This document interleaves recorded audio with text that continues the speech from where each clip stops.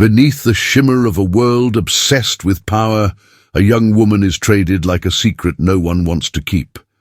Whispers claim she is empty, barren, unworthy of anything but a loveless bargain.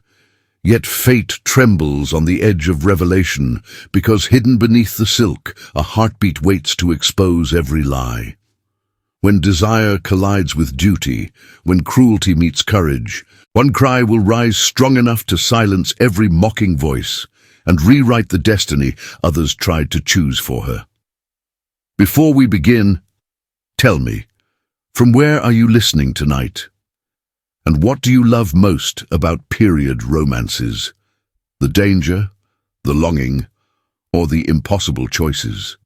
In the dim glow of gas lamps flickering against the velvet-draped walls of the Harrington mansion, 18-year-old Amelia Whittaker stood like a porcelain doll on the edge of ruin. Her heart pounded beneath the stiff corset of her wedding gown, a cascade of ivory silk and lace that whispered of dreams long shattered. The air hung heavy with the scent of beeswax candles and unspoken betrayals. Outside, the bustling streets of New York City in 1884 churned with horse-drawn carriages and the distant clamor of the Gilded Age's relentless ambition. But inside, time froze in a cruel tableau. Amelia's fingers trembled as she clutched the bouquet of wilted roses, her only inheritance from a mother gone too soon. Her father, once a modest merchant, had gambled away their fortune in the feverish stock markets, leaving debts that chained them to desperation. And now, her stepmother, Evelyn, a sharp-eyed widow with a smile like polished steel, had brokered this unholy bargain. "It's for the family, dear," Evelyn had cooed that morning, her voice dripping honey over venom. "Mr. Blackstone needs an heir. You'll provide one, or at least the illusion." Henry Blackstone, the name alone sent shivers through the elite circles. At 42, he was a titan of railroads and steel mills, his empire sprawling from the Hudson to the Mississippi, like iron veins pulsing with wealth.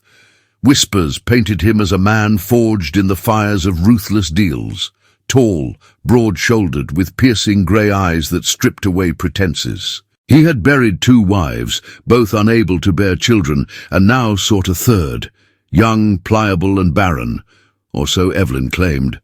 A doctor, bought with a purse of gold, had declared Amelia unfit after a fabricated examination. "Barren as the desert," the note read, sealed with wax and lies. It ensured Henry would take her without illusions of legacy, a mere ornament for his opulent life. The ceremony unfolded in the parlor, a hasty affair with a judge presiding like a reluctant shadow. Evelyn hovered nearby, her crimson gown rustling triumphantly, while Amelia's half-sister Lydia smirked from the corner, her jealousy veiled in feigned sympathy. "Poor Amelia," Lydia had murmured earlier, "married off like yesterday's news. At least you'll dine on silver from now on." Henry arrived late, his presence filling the room like a storm cloud. He wore a tailored black frock coat, his boots polished to a gleam, a gold watch chain glinting across his vest.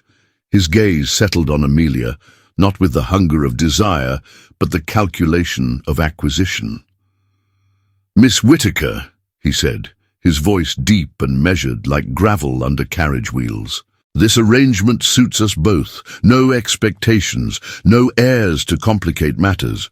She nodded, throat tight, unable to voice the fire igniting within her. Barren. The lie burned hotter than the truth she guarded, a secret fluttering in her belly, conceived in a fleeting moment of rebellion against her stepmother's iron rule. A child. Her child. But speaking it now would unravel everything. Evelyn's scheme, the debts forgiven, the fragile peace.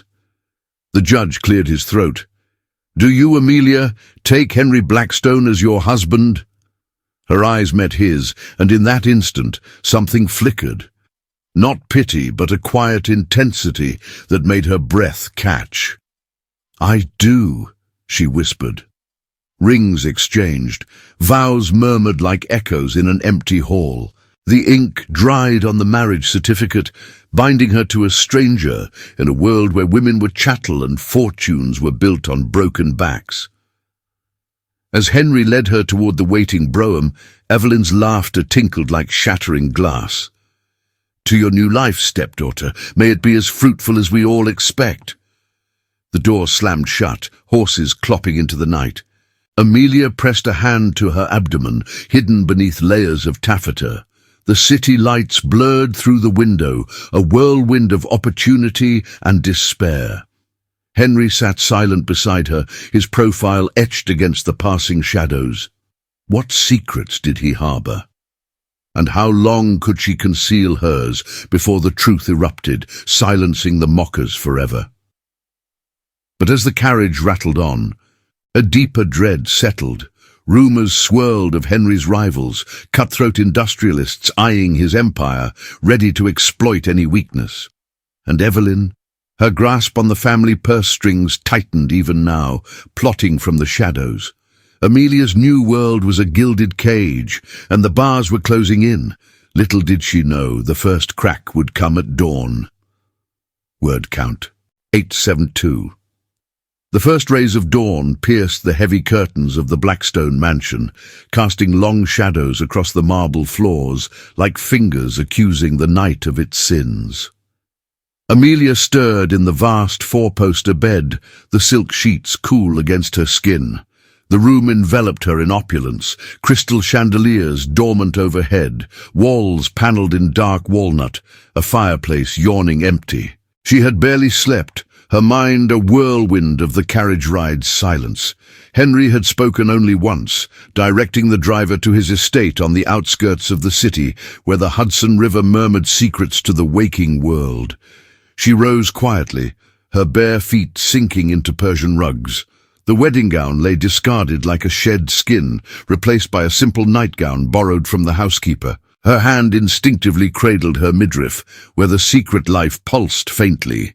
3 months along, the doctor, Evelyn's puppet, had twisted the truth to serve the bargain. Barren. The word echoed. A lie that bought her family's salvation but chained her to this stranger. Yet in Henry's eyes last night she'd glimpsed not cruelty, but a weariness, as if he too carried invisible burdens. Downstairs, the house awakened with the clatter of silver and the scent of fresh coffee brewing over gas flames. Servants moved like ghosts, polishing silverware and arranging vases of hothouse roses. Amelia descended the grand staircase, her steps hesitant, the hem of her borrowed dress brushing against polished oak. She wore it loosely, to hide the subtle curve that no corset could fully conceal yet. Henry stood in the breakfast parlour, broad back to her, scanning a stack of telegrams by the window. His frock coat was unbuttoned, revealing a crisp white shirt, and his dark hair, slightly tousled, caught the morning light. He turned at her approach, those grey eyes assessing her anew. "Mrs. Blackstone," he said, the title landing like a key in a lock. "Sleep evaded you as well?" She nodded, perching on the edge of a velvet chair. The table groaned under platters of eggs, bacon, and warm biscuits, but her stomach twisted with nerves. The house, it's magnificent, like stepping into a painting. A faint smile tugged at his lips, softening the hard lines of his face. Built on steel and sweat. "My father started with one rail line. I forged the rest." He poured her coffee, black and steaming, and slid it across the linen cloth. Their fingers brushed. Accidental, electric. She pulled back, heat rising in her cheeks. They ate in companionable quiet at first. The only sounds the tick of a grandfather clock and distant whinny of horses in the stables. Henry spoke of his day ahead. Meetings with investors, inspections of the new mill upriver. His voice carried the weight of command, yet laced with a dry humour. The bankers circle like vultures. Promise them gold, deliver iron, and watch them squawk. Amelia listened, drawn in despite herself. He asked about her, gently probing her sketches from girlhood, her dreams of painting the city's hidden corners. "You have an artist's eye," he remarked, glancing at her hands, ink stained from a hidden journal. For a moment the Tycoon vanished, replaced by a man who saw her, not the bargain. But the idyll shattered with a knock. The butler entered, bearing a sealed envelope on a silver tray. Henry's brow furrowed as he broke the wax seal, emblazoned with Evelyn's monogram. "From your stepmother," he said, voice tightening. He scanned the contents, then handed it to Amelia. The note was brief, Evelyn's script elegant and venomous. "Dearest stepdaughter, ensure you uphold your end. The debts are settled, but gratitude demands discretion. Lydia sends her regards and her envy." A postscript chilled her. "The doctor assures me all is as promised. No surprises." Amelia's grip whitened the paper. Discretion. The lie pressed heavier now, a stone in her chest. Henry watched her closely. "Trouble already." She forced a smile, folding the note. "Family matters, nothing more." But inside, fear bloomed. Evelyn's web extended here, through servants perhaps, or spies in the city. How long before the truth slipped? The morning unfolded into a tour of the estate. Henry led her through manicured gardens, where fountains splashed under wrought-iron gazebos, and into the library, a cavern of leather-bound volumes and globes charting rail routes. He showed her his maps, fingers tracing lines of expansion. "This is my legacy," he said, passion igniting his words. "Not heirs, but empires that endure." Amelia touched a ledger, her artist's fingers lingering. "And what of dreams beyond steel? The river at sunset, the faces in the crowds." He paused, eyes locking on hers. A silence stretched, charged with unspoken longing. "Perhaps you've reminded me there's more." His hand covered hers briefly, warm and steady. She didn't pull away. Yet shadows lingered. As they returned to the house, a rider arrived on a lathered horse, one of Henry's foremen. Face grim. "Sir, sabotage at the yards. Rails tampered, a derailment narrowly avoided." Henry's jaw clenched. "Rivals," he muttered. "The Vanderbilt's men, or worse, insiders hungry for his throne." Amelia's heart raced. In this world of cutthroat ambition, her secret could be a weapon or a wound. That afternoon, alone in her chambers, she penned a letter to an old friend, a midwife in the tenements. Begging for advice on concealment, the child kicked faintly, a promise amid peril. Evening brought a formal dinner, candlelight dancing on crystal. Henry, changed into evening attire, raised a glass. "To new beginnings." Their eyes met over the rim, a spark kindling, tentative, real. But as servants cleared the plates, a telegram arrived, Evelyn again demanding a visit. "Come tomorrow," it read, "or the bargain unravels." Amelia's hand trembled on her fork. The cage tightened. Henry's gaze sharpened. "What shadows chase you, Amelia?" She met his eyes, the truth teetering on her tongue. But she swallowed it.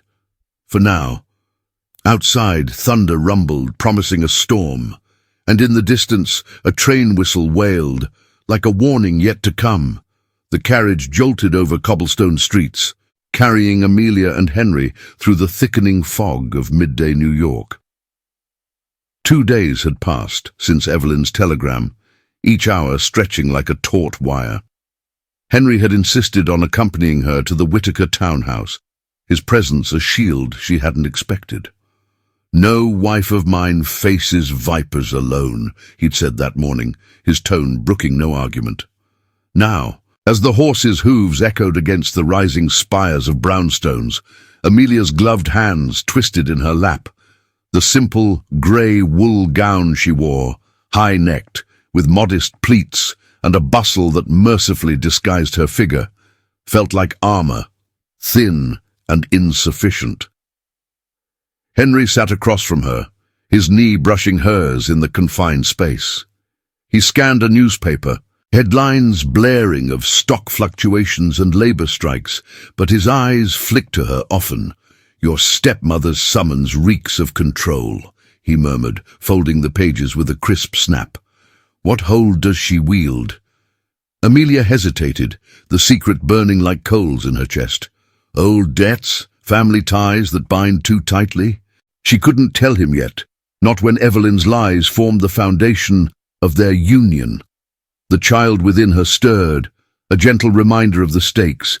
If the truth emerged too soon, Henry's empire might crumble under scandal, and her family's fragile peace would shatter. The townhouse loomed, its facade of red brick and iron railings a stark contrast to the Blackstone grandeur. A footman opened the door, and Evelyn swept into the foyer like a queen on her throne. At 45, she cut a formidable figure in a deep burgundy day dress, the bodice fitted with jet beads that caught the light like accusations.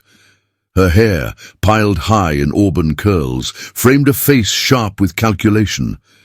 Lydia lingered behind, 19 and petulant, in a pale blue frock with ruffles that accentuated her slender frame. Her eyes, green and envious, raked over Amelia. "Stepdaughter," Evelyn purred, air-kissing Amelia's cheeks without warmth. "And Mr. Blackstone, what an honor to host the Empire's master in our humble abode." Her gaze lingered on Henry, appraising, then dismissed him to pull Amelia aside. "Come, we must speak privately. Family matters." Henry's jaw tightened, but he nodded. "I'll wait in the parlor." As he strode away, his broad shoulders filling the doorway, Amelia caught Lydia's smirk. "Lucky you," her half-sister whispered, "snaring a tycoon, though Barren brides make poor catches." The drawing-room upstairs was a cocoon of faded velvet and gilt mirrors, the air thick with lavender sachets. Evelyn closed the door with a soft click, her smile vanishing. "You've settled in, I trust." "No. Indiscretions." She poured tea from a silver service, the steam curling like suspicions.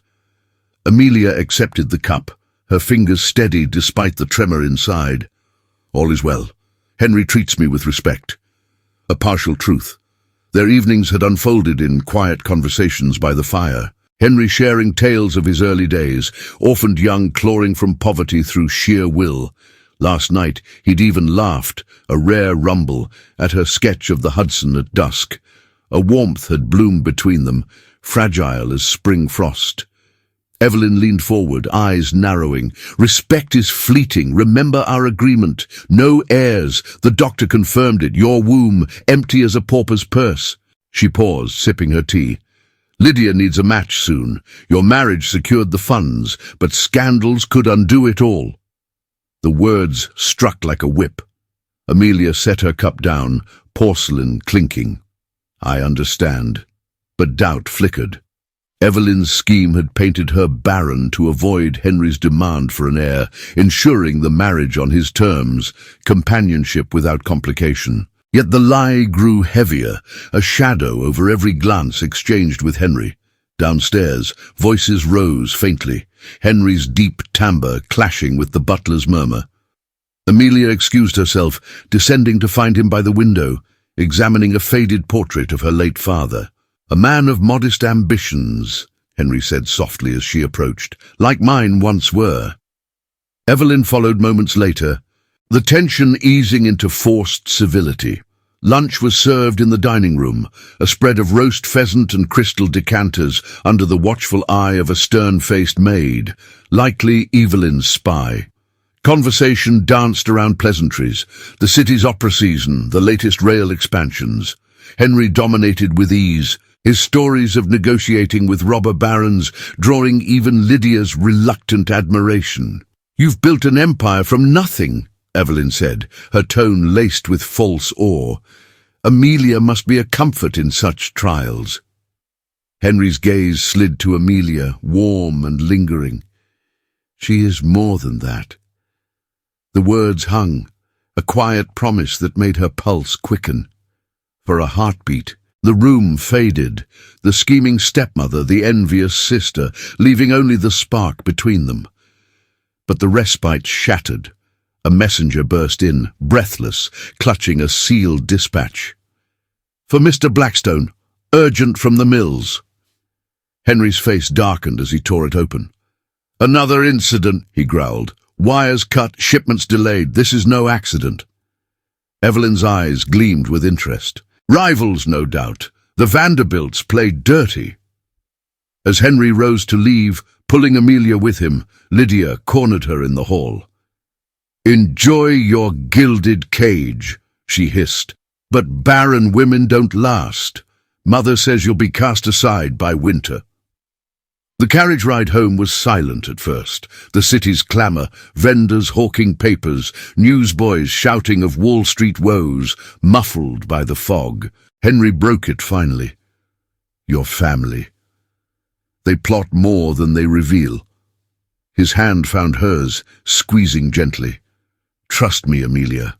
Whatever shadows follow, we'll face them." She looked at him, the man who'd become more than a bargain, and felt the walls of secrecy cracking. The child kicked stronger now, as if urging her forward, but outside, a shadow detached from an alley, a figure on horseback watching their departure, one of Evelyn's men, or a foe from Henry's world. That night, as rain lashed the mansion windows, Amelia stood at her chamber door, Henry's voice echoing from below as he barked orders to foremen by telegraph.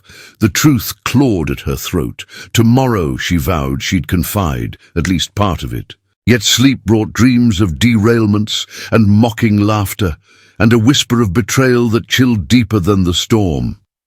Rain pattered against the leaded windows of the Blackstone Library, a relentless drumbeat that mirrored the turmoil in Amelia's heart.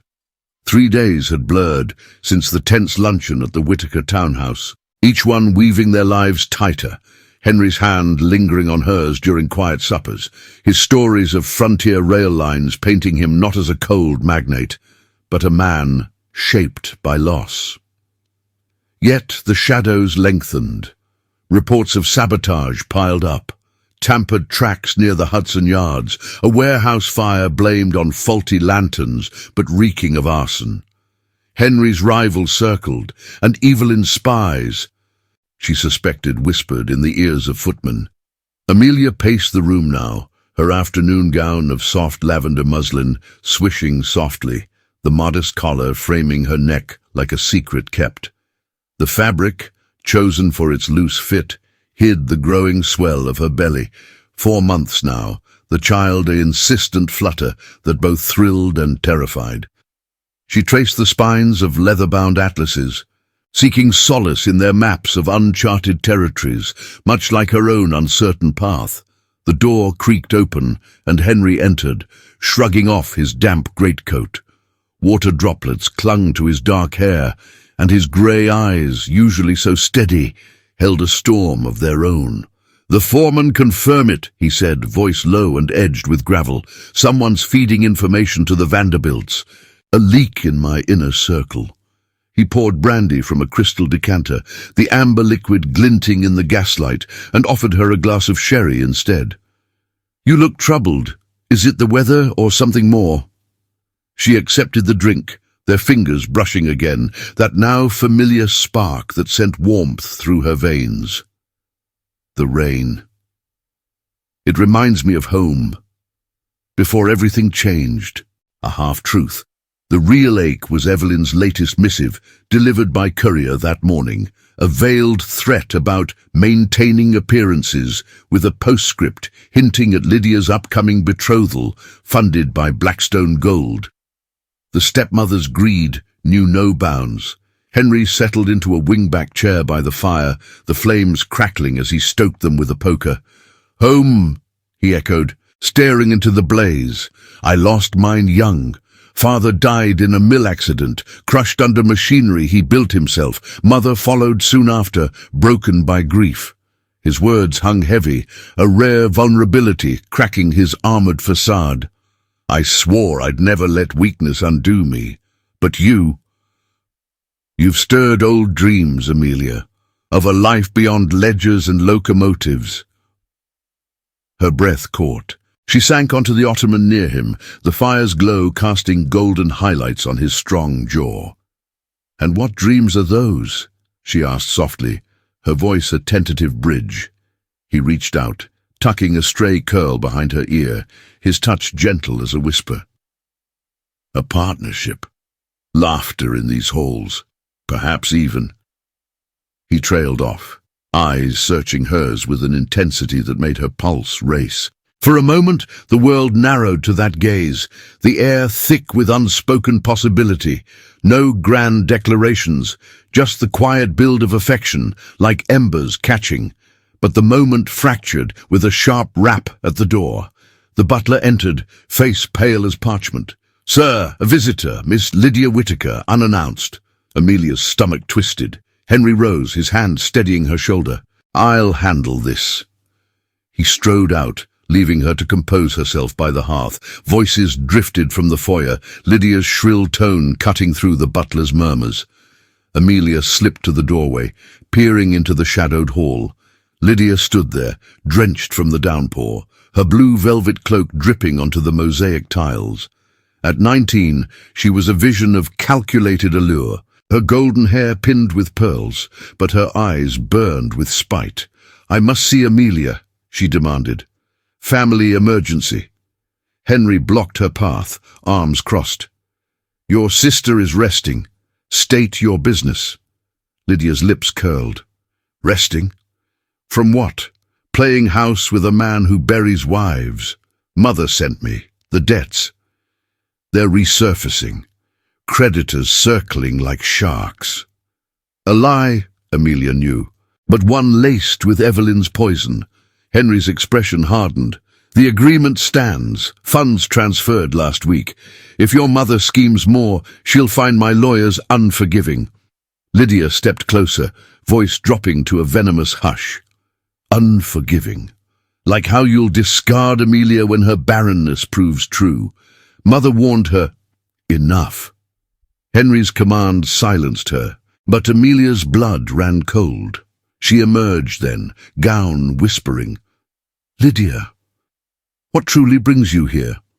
Her half-sister whirled, feigning surprise. "Amelia, I came to check on you. This place is a mausoleum." She glanced at Henry's retreating back as he excused himself to the study, then gripped Amelia's arm. "Listen, he's dangerous. Whispers in the city say he drives rivals to ruin, suicides, bankruptcies. And you, with your condition, he'll never believe it's his." Amelia yanked free, heart pounding. "Leave, Lydia, before you say something irreparable." Lydia laughed, a brittle sound. "Irreparable? Like your little secret? Mother knows. The doctor's report was a favor, but if it unravels..." She thrust a small parcel into Amelia's hands, a locket, engraved with their father's initials, a gift or a reminder. Choose wisely. As Lydia swept out into the rain, the front door slamming like a judgment, Amelia retreated to the library. Her fingers trembled, opening the locket. Inside, a miniature portrait of her mother, eyes kind and knowing. Tears blurred the image. Evelyn's reach was insidious, turning even memories to weapons. That evening, over a simple supper of soup and bread, Henry insisting on informality to ease her tension, the air hummed with unspoken words. He watched her pick at her food, concern etching his brow. "That visit unsettled you. Tell me, Amelia. We're bound now, for better or worse." She met his eyes, the firelight dancing between them. The romance they'd kindled felt real, a slow burning flame against the encroaching dark. "It's family," she murmured. "They see me as a pawn, still." But the child shifted, a secret pressing for release. Henry covered her hand with his. "No more. You're my wife." His thumb traced her knuckles, a gesture both protective and tender. For the first time, she believed it might be enough.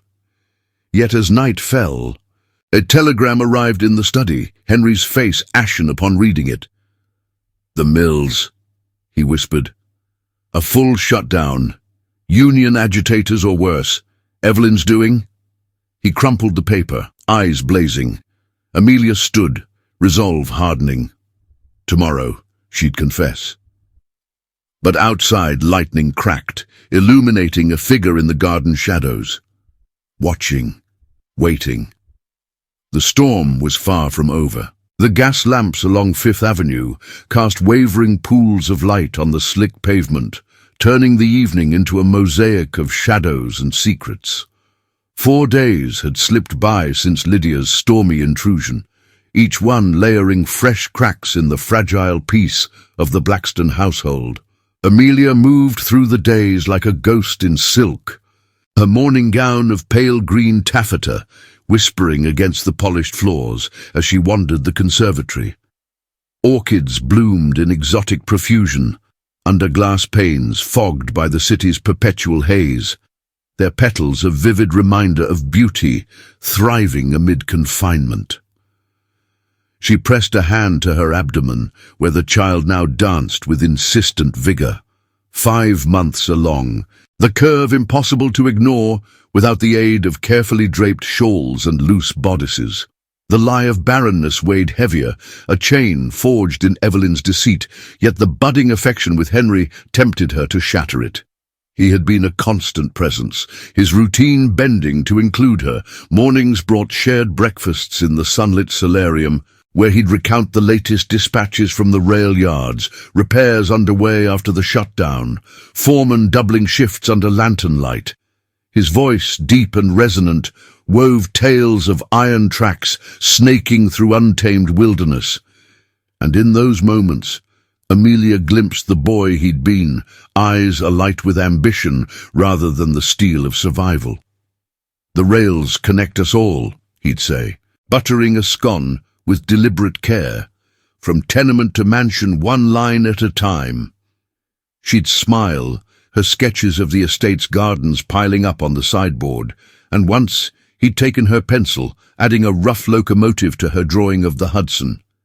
Their laughter had mingled, light and unexpected, chasing the chill of intrigue, but the undercurrents pulled stronger.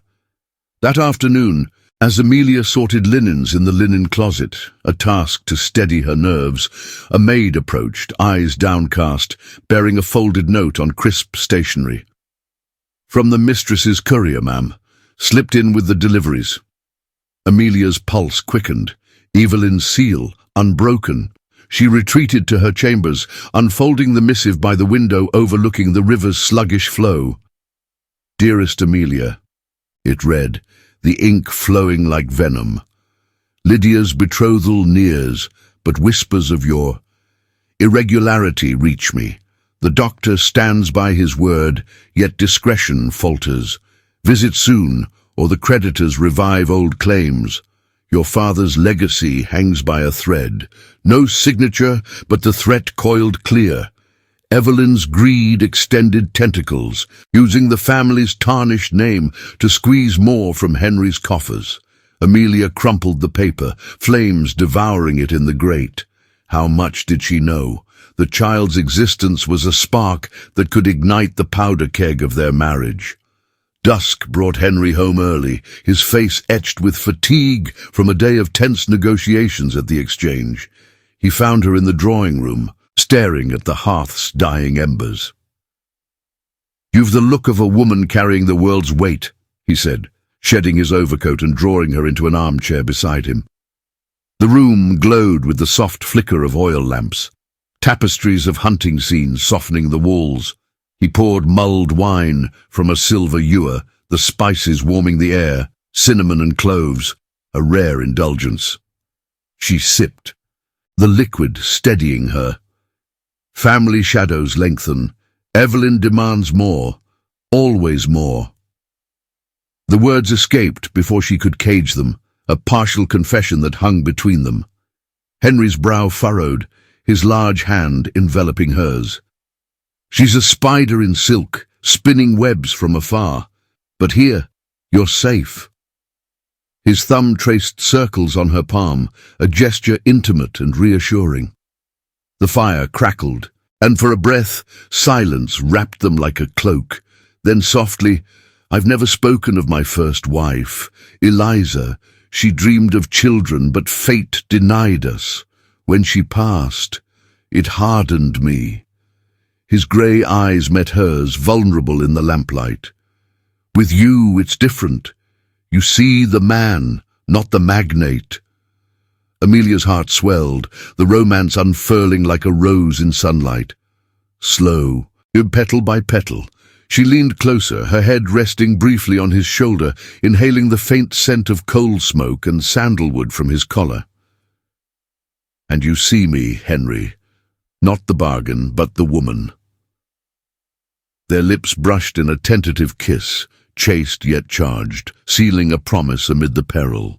Hope flickered, bright and defiant, yet the evening twisted with a sharp knock at the front door. The butler ushered in a dishevelled messenger, rein slicked and urgent, clutching a leather satchel.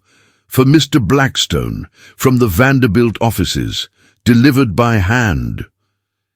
Henry rose, slicing open the envelope with a letter opener. His face paled as he read, the paper trembling slightly. "Blackmail," he growled, voice like thunder rolling low. "They claim knowledge of the sabotage, implicate one of my own men, but demand a cut of the northern lines, or they'll expose it all, ruin me in the papers." He paced, boots thudding on the Persian rug. Evelyn's hand, or coincidence? Amelia stood, gripping his arm. "Fight it. We fight together." The word "we" slipped out, binding them deeper. He nodded, pulling her close, his embrace a fortress against the storm. Yes, together. But as the messenger departed into the night, a carriage rattled up the drive, unmarked, halting briefly before vanishing into the fog. Inside it, Lydia's silhouette, or a rival spy. Upstairs, alone with her reflection in the vanity mirror, Amelia unbound her hair, the chestnut waves tumbling free. The child kicked, a fierce reminder. Tomorrow, she'd reveal everything. Barrenness be damned.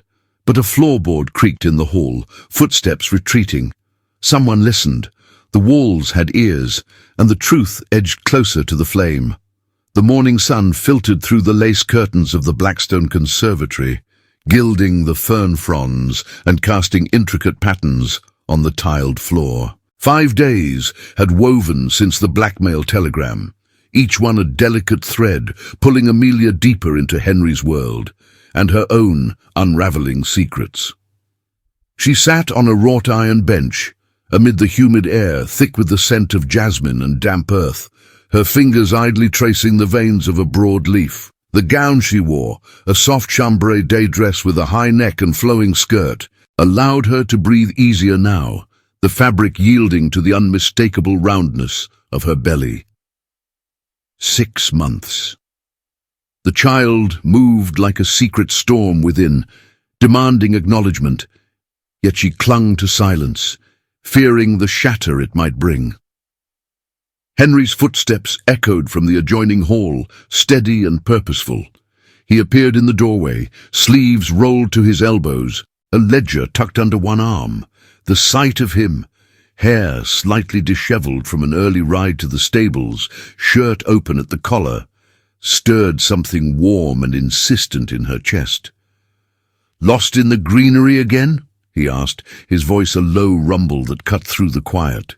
He set the book aside and joined her, his presence filling the glass-enclosed space like sunlight breaking clouds. She smiled faintly, meeting his gaze. "It reminds me of freedom, wild things growing where they will."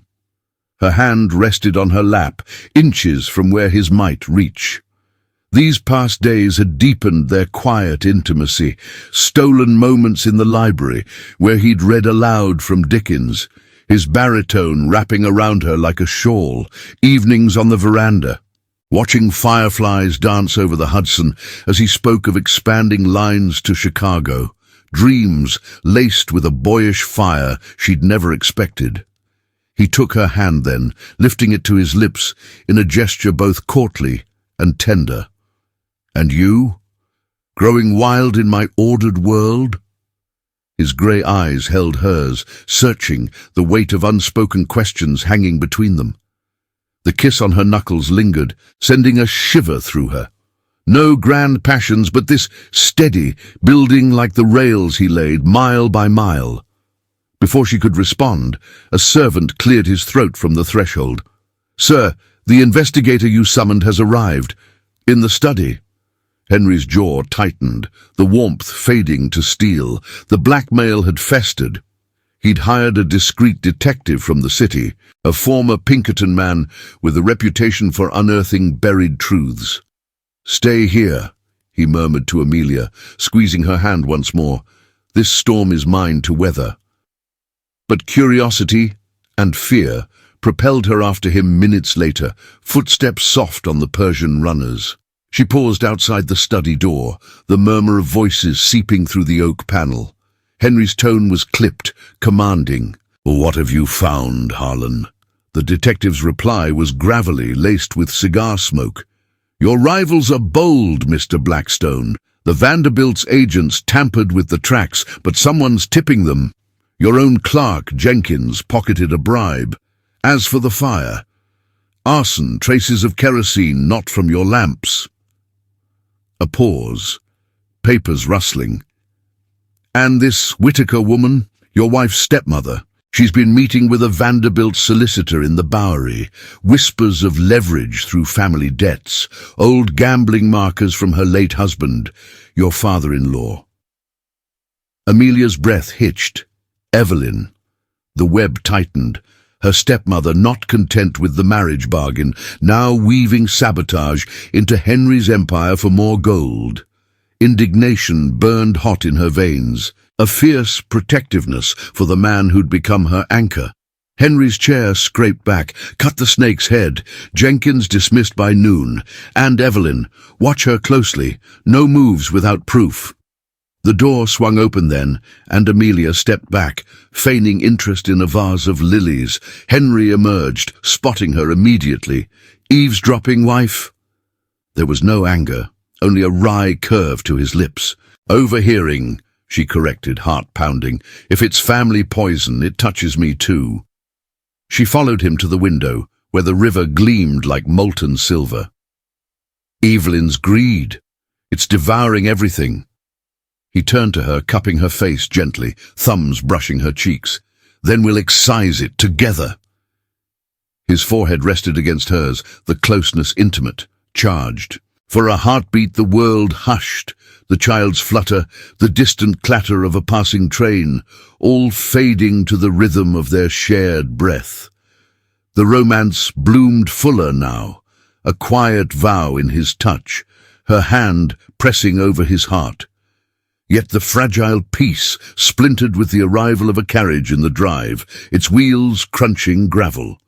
Through the glass, Amelia saw Lydia, alight, her face pale beneath a wide-brimmed hat, clutching a reticule like a shield.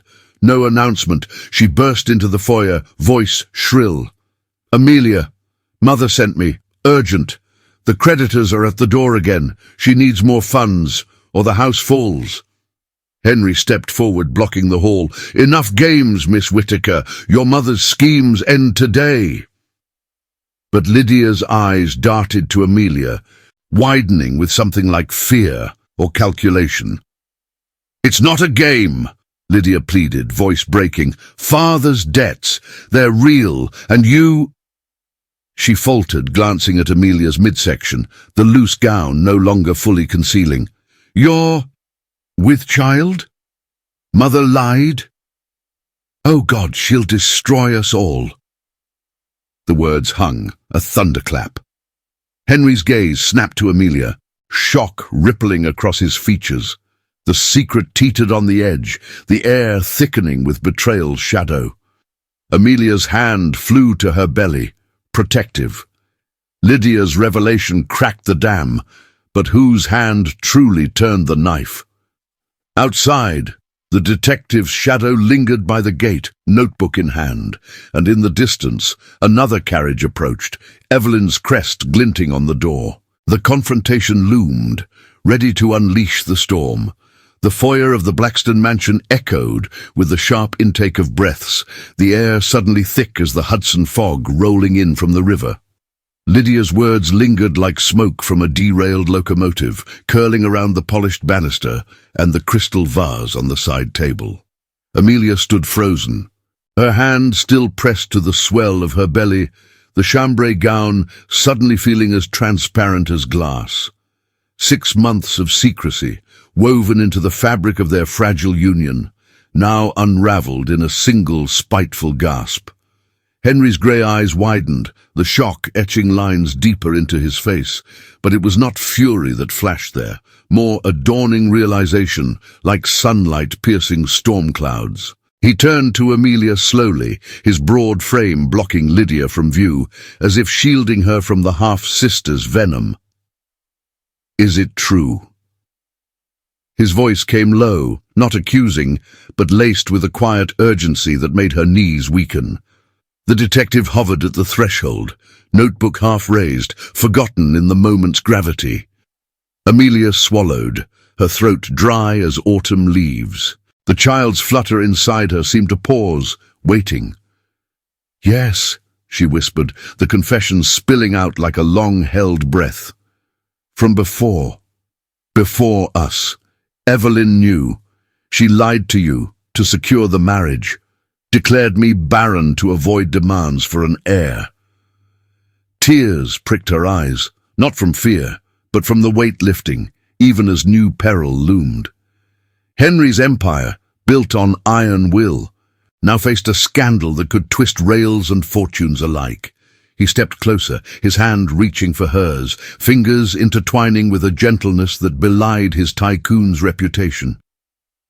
"Our child," he murmured, the words testing the air, transforming shock to something warmer, almost reverent. No rejection, no rage at the deception, just a flicker of wonder in those piercing eyes. For a heartbeat, the world narrowed to that touch. The slow-building romance they'd nurtured in stolen glances and fireside talks blooming into something unbreakable. He pulled her against him briefly, his coat rough against her cheek, a silent vow amid the chaos. Lydia recoiled, her wide-brimmed hat askew, golden curls escaping like frayed threads. "You fools!" she hissed, voice cracking with a mix of envy and panic. "Mother will ruin you both. She orchestrated it all. The doctor's false report, the debts, to bleed your coffers dry. But this, a bastard heir, the papers will feast." Her reticule dangled forgotten, and for the first time, Amelia saw not just spite in her half-sister's face, but a desperate edge, as if Evelyn's schemes had ensnared her too. The front door burst open then, admitting a gust of chill wind, and Evelyn herself. She swept in like a tempest in burgundy velvet, the gown's jet beads glinting under the gas lamps, her auburn hair pinned with ruthless precision. At her heels, 2 stern-faced men in dark suits, likely solicitors or hired muscle, flanked the entrance, their presence a blatant threat. "What's this commotion?" Evelyn demanded, her sharp eyes darting from Lydia's dishevelled form to the intimate huddle of Amelia and Henry. She paused, scenting the air like a predator. "Lydia, you blubbering fool, you've said too much." Henry released Amelia but kept her hand in his, stepping forward with the unyielding posture of a man who'd stared down boardrooms and blizzards. "Mrs. Whittaker," he said, his tone even edged with steel, "your games end here. Sabotage at my mills, blackmail from rivals, your fingerprints mar every plot. The detective has proof, meetings in the Bowery, bribes to my clerk. You'll confess or face the law's unyielding gaze." Evelyn's laugh tinkled, cold as shattering ice, but her composure cracked, a flush rising beneath her powder. "Proof? From a Pinkerton hack. You're paranoid, Mr. Blackstone, building empires on suspicion." She turned to Amelia, eyes narrowing to slits. "And you, Barren no more? How convenient. This child changes nothing. The debts remain, and Lydia's future hangs on your generosity." One of the men shifted, hand twitching toward his coat pocket, but Henry raised a hand, summoning the butler and 2 footmen from the shadows. The foyer bristled with tension, gas flames sputtering as if holding breath. Amelia stepped beside Henry, her free hand cradling her belly protectively. Indignation surged through her, hot and righteous, against the woman who'd bartered her life like stock certificates.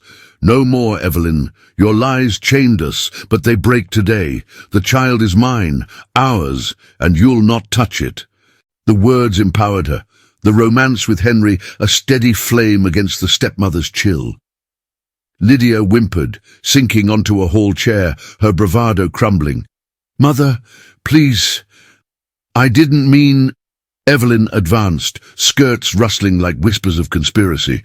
"You ungrateful girl, I saved us from ruin. Your father's gambling, this pauper's life." But her voice faltered as the detective cleared his throat, producing a sheaf of papers from his satchel. "Affidavits, ma'am. Your solicitor's testimony. The Vanderbilt connection was yours, for a share of the northern roots." Henry's grip tightened on Amelia's hand, a silent anchor. "Leave now, or the authorities arrive by dawn."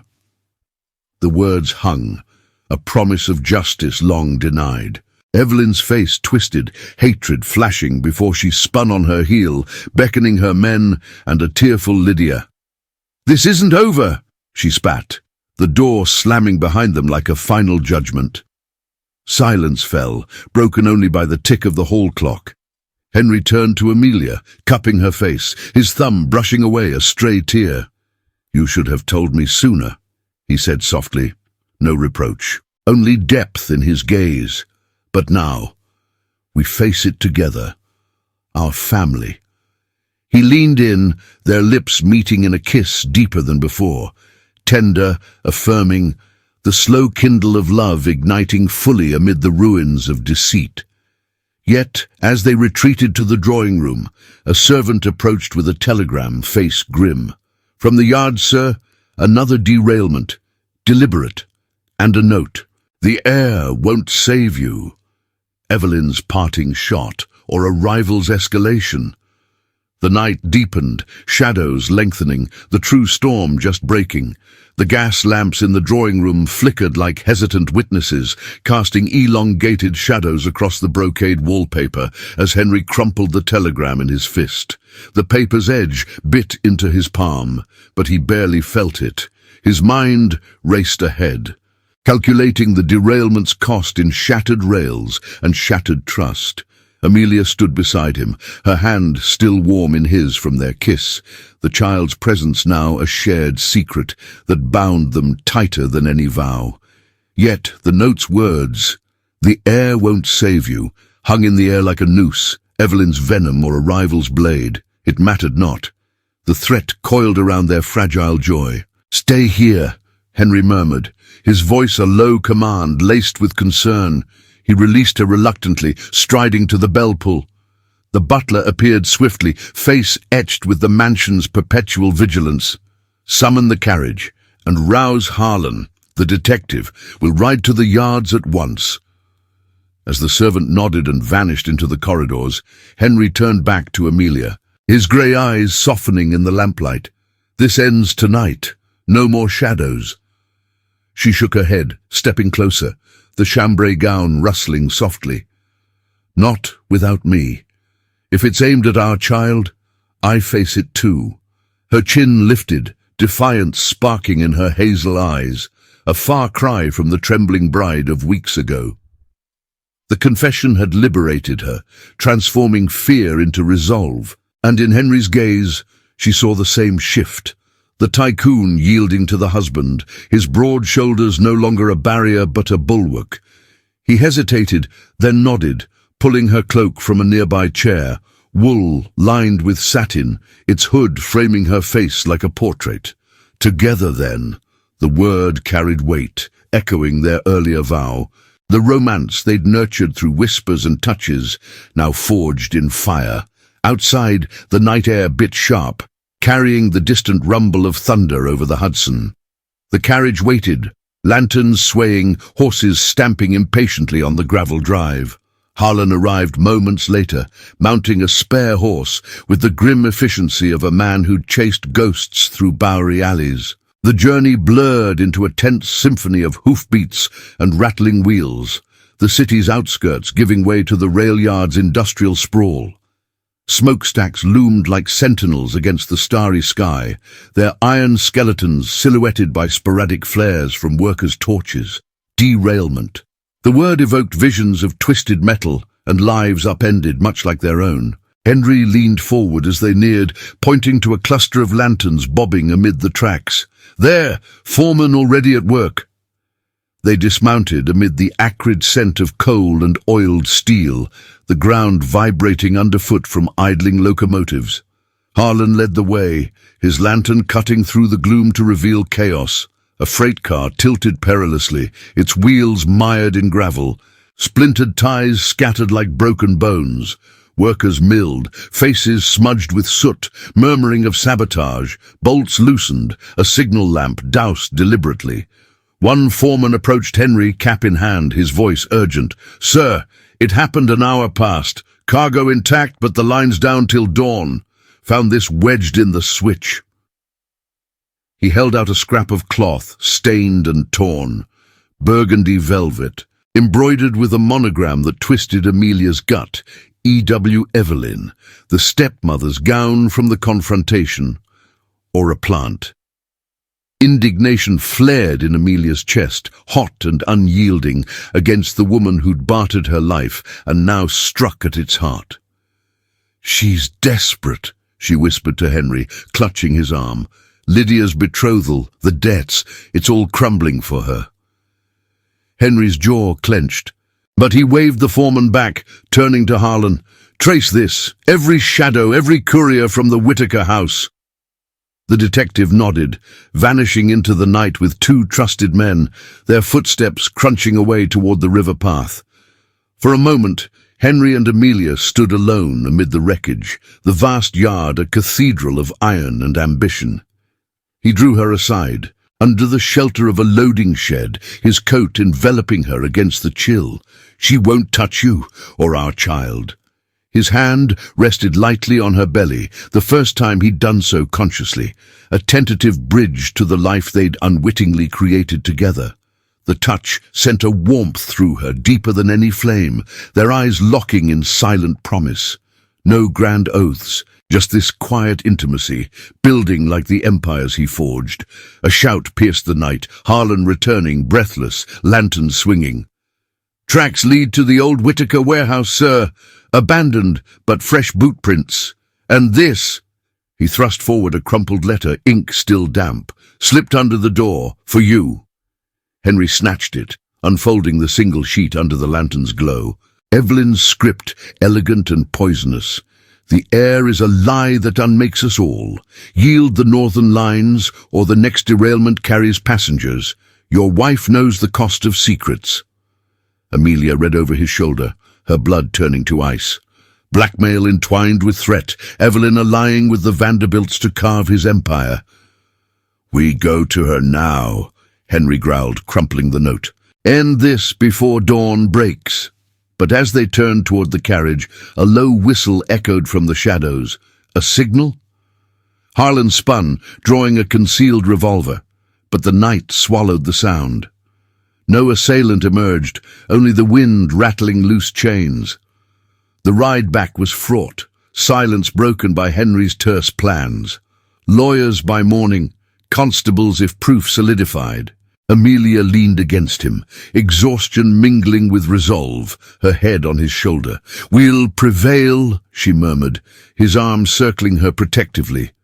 The mansion lights beckoned like a haven, but as the carriage halted, a figure detached from the garden hedge, Lydia pale and trembling, reticule clutched like a talisman.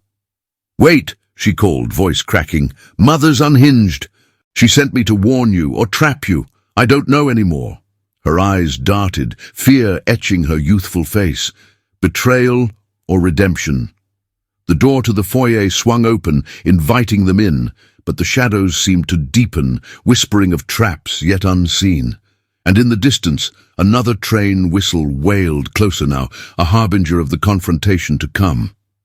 The foyer lamps burned low, their flames dancing shadows across the marble like spectres at a wake.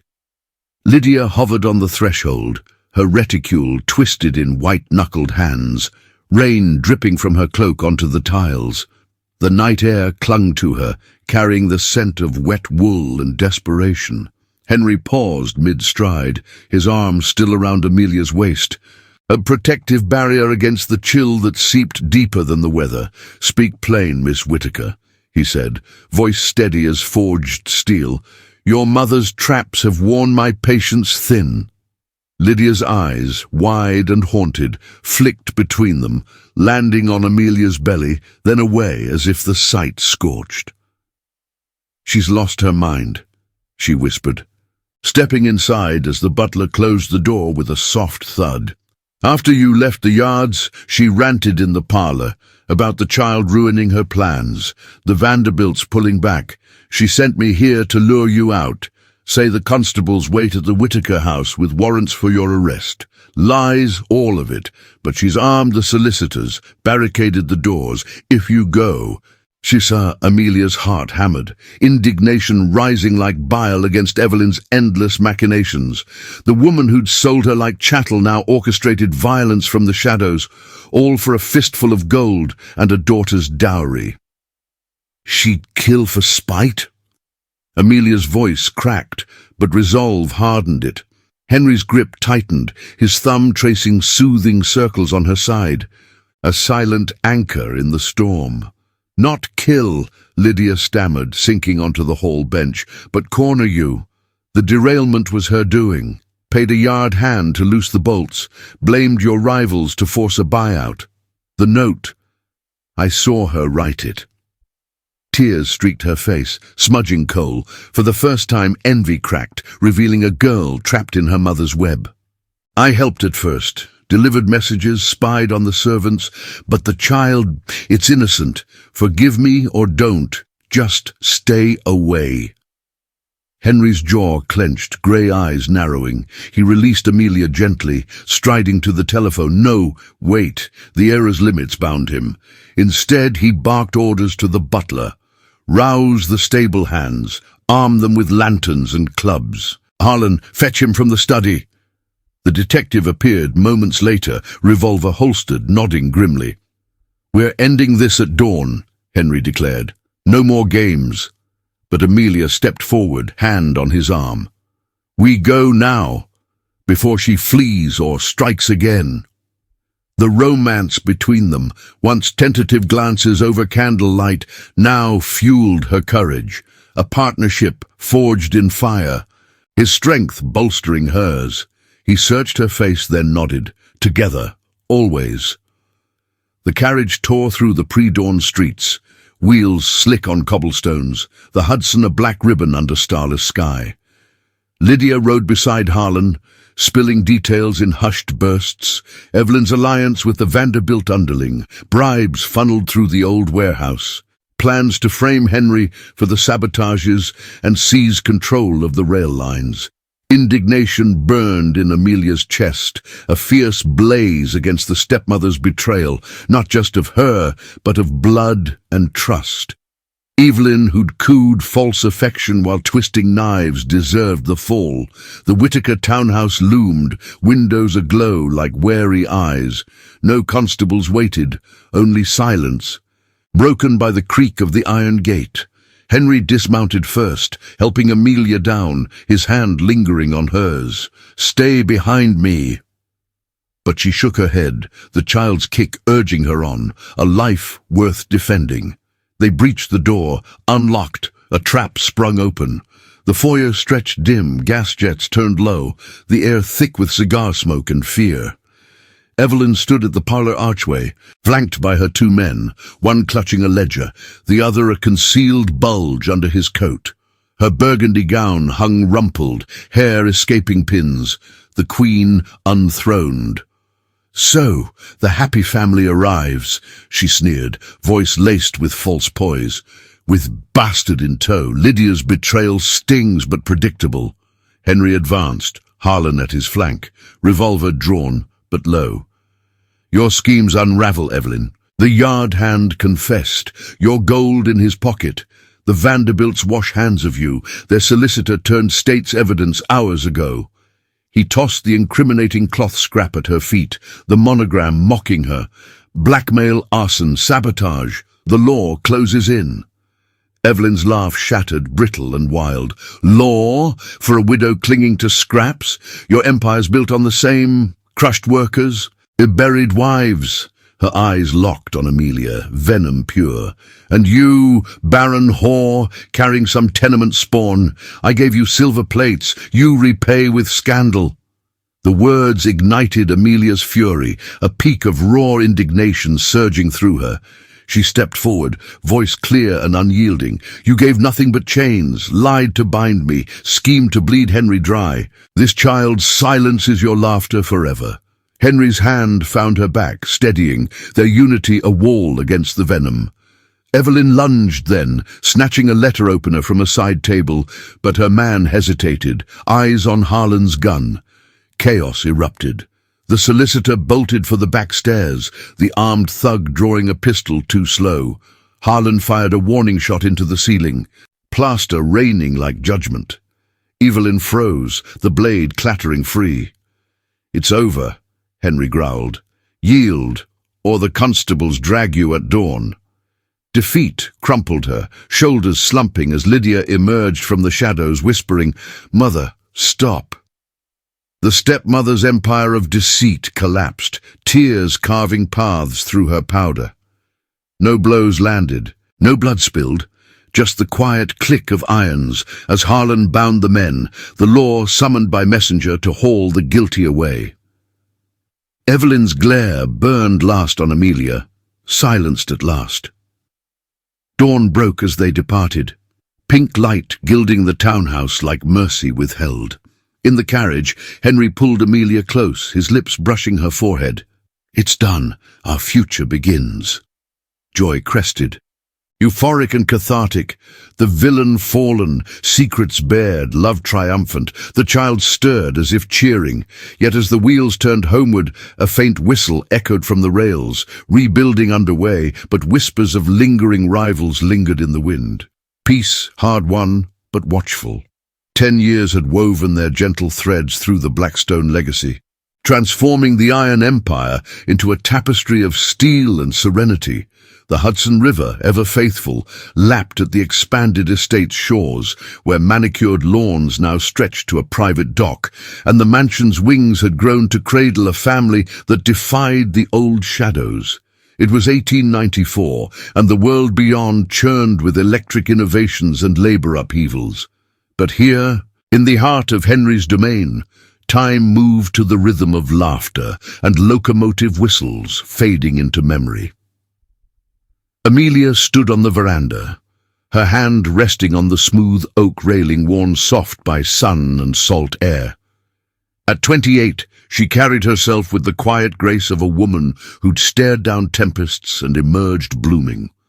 Her gown, a simple afternoon dress of dove-grey wool with pearl buttons tracing the modest collar, fluttered in the breeze off the water.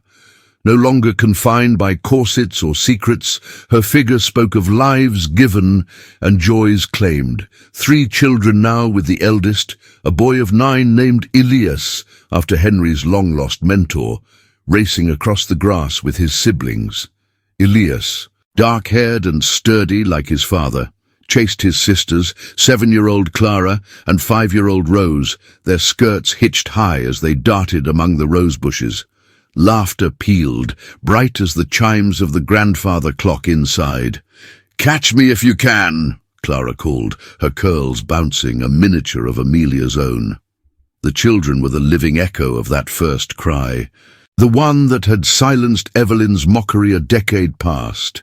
Born healthy and strong in the spring of 1885, little Elias had arrived amid scandal's dying embers, his wail a trumpet of vindication that echoed through the society pages and the Whitaker ruins.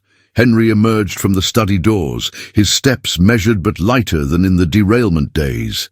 At 52, the years had silvered his temples and etched fine lines around his grey eyes, but they shone with a warmth forged in trial.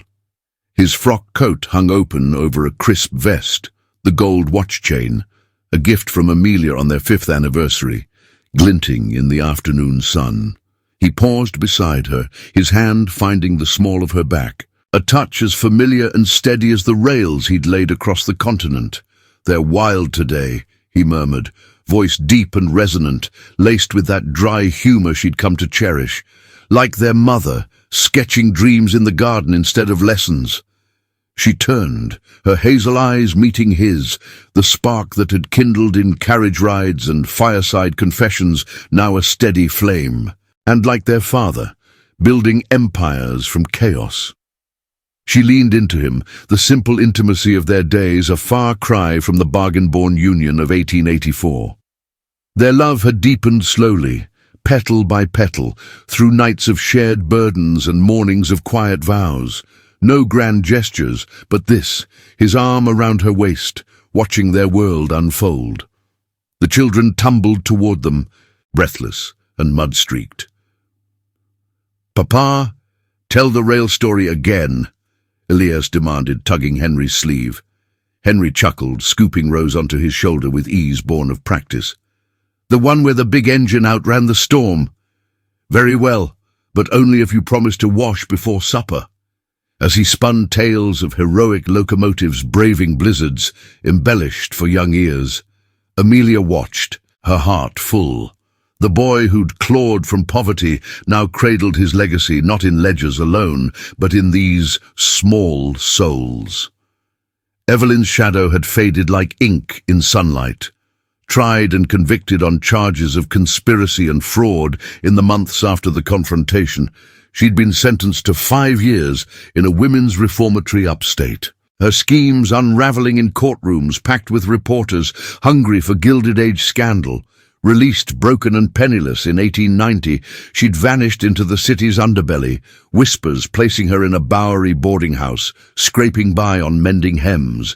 Lydia, spared the worst by her youth and tearful testimony against her mother, had married modestly, a clerk from Brooklyn, far from the Tycoon's gold she'd once envied.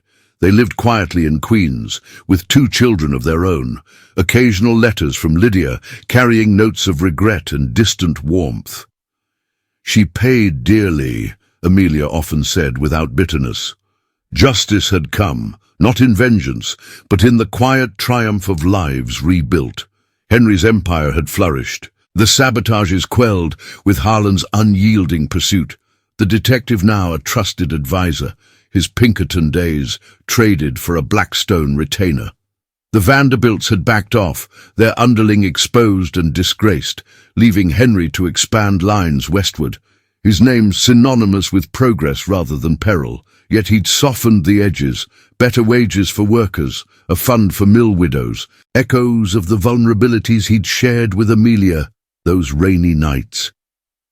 As the sun dipped toward the river, painting the sky in hues of rose and gold, Henry set Rose down and drew Amelia aside, the children scampering to the stables for pony rides under the groom's watchful eye. 10 years, he said softly, his forehead resting against hers, the world narrowing to their shared breath. "From lies to this, you've given me more than an heir, a life." She smiled, fingers tracing the line of his jaw. "And you've given me freedom, love that endures." Their lips met, tender and unhurried, the kiss sealing a decade's journey. No more cages, only horizons. Inside, supper waited, roast lamb and fresh bread, the table set for 5, with room for growth. Elias burst back, clutching a daisy chain. "For Mama!" As she accepted it, crowning her hair with wildflowers, Henry watched, his empire complete. The first cry had silenced laughter once. Now their home rang with it, a symphony of redemption and enduring joy. Yet in quiet moments, Amelia wondered at the roads not taken, the artist's sketches tucked in drawers, dreams deferred for family. But regret held no sting. This was her canvas, painted in love's steady hand. The river whispered on, carrying their story forward, unbroken. As the sun dipped below the Hudson's horizon, painting the sky in strokes of amber and rose, Amelia and Henry lingered on the veranda. the children's laughter fading into the evening chorus of crickets and distant river murmurs. 10 years had not dimmed the quiet fire between them. If anything, it burned steadier, a testament to love forged not in fairy tale haste, but in the crucible of truth and trial. Elias, Clara, and Rose scampered inside at the call for supper, their footsteps echoing like the heartbeat of a home rebuilt from ruins. Henry turned to Amelia, his hand enveloping hers, the gold watch chain catching the last light, a symbol of time reclaimed, not stolen. "You've given me a legacy beyond rails and steel," he said softly, his voice carrying the depth of a man who had learned to measure wealth not in dollars, but in moments like this. She smiled, leaning into him, her head resting on his shoulder. The artist's dreams she'd once sketched in hidden journals had found new expression here. Murals on the nursery walls, portraits of their family adorning the library, each brushstroke a victory over the shadows of deceit. Evelyn's fall had taught them both the fragility of facades, the poison of unchecked ambition, and the redemptive power of honesty. Lydia's letters, sporadic but sincere, spoke of her own quiet life, a reminder that even tangled threads could weave toward light. In the years since that fateful dawn confrontation, Henry's empire had expanded westward, lines of iron stitching the nation closer. But he had tempered his drive with compassion. Funds for workers' families, schools in mill towns, echoes of the vulnerabilities he'd shared in those early, storm-lashed nights. Amelia had become his confidant, her counsel shaping decisions that balance profit with humanity. Their love, born of necessity and nurtured through peril, had blossomed into a partnership that silenced doubters and inspired whispers in New York salons. No longer the Barren bride or the ruthless Tycoon, they were simply Henry and Amelia, parents, partners, survivors. Yet the lessons lingered, etched deep. Trust, once shattered by lies, must be rebuilt brick by brick, with courage as the mortar. Ambition without heart devours all it touches, as Evelyn's downfall proved, her greed a cautionary tale passed in hushed tones at society gatherings. And love? It thrives not in perfection, but in the willingness to face storms side by side, to turn secrets into strengths. The first cry of their child had silenced laughter then. Now it echoed in every joyous shout from the garden, a symphony of what perseverance yields. As twilight deepened, Henry pressed a kiss to Amelia's temple, the gesture as tender as their first tentative touch. "To many more sunsets," he murmured. She nodded, her heart full, knowing their story was no isolated triumph, but a thread in the grand weave of lives tested and true. The river flowed on, carrying whispers of possibilities yet to unfold, a gentle reminder that every ending births a new beginning. And now, dear listener, as this tale of the Gilded Age draws to a close, a story of betrayal turned to bond, of silence broken by the purest cry, reflect with me on its heart. What chains have you broken in your own life? What loves have you nurtured through the shadows? If this narrative stirred your soul, touched the depths of empathy for Amelia's quiet strength, or ignited that fire of justice against Evelyn's schemes, share your thoughts below. Tell me in the comments what moment resonated most with you. Did the slow kindle of Henry and Amelia's romance make your heart ache with hope? To show you've journeyed to this triumphant end, write the word "cry" in your comment. Let it be our secret signal, a nod to the baby's wail that changed everything. Your words help spread these stories, fueling more tales of resilience and romance from this era of glittering facades and hidden hearts. If you haven't already, hit that like button if the drama gripped you, and subscribe to catch every new chapter in our library of Gilded Age epics. Links to similar narratives, like the whispers of forbidden alliances in the Iron Veil or the passions of Shadows on the Tracks, are pinned right here for you. Thank you for staying with us through the twists, the tension, the tender victories. Until the next story unfolds, remember, in the face of deceit, your truth is the loudest voice. Good night and dream of horizons unbound.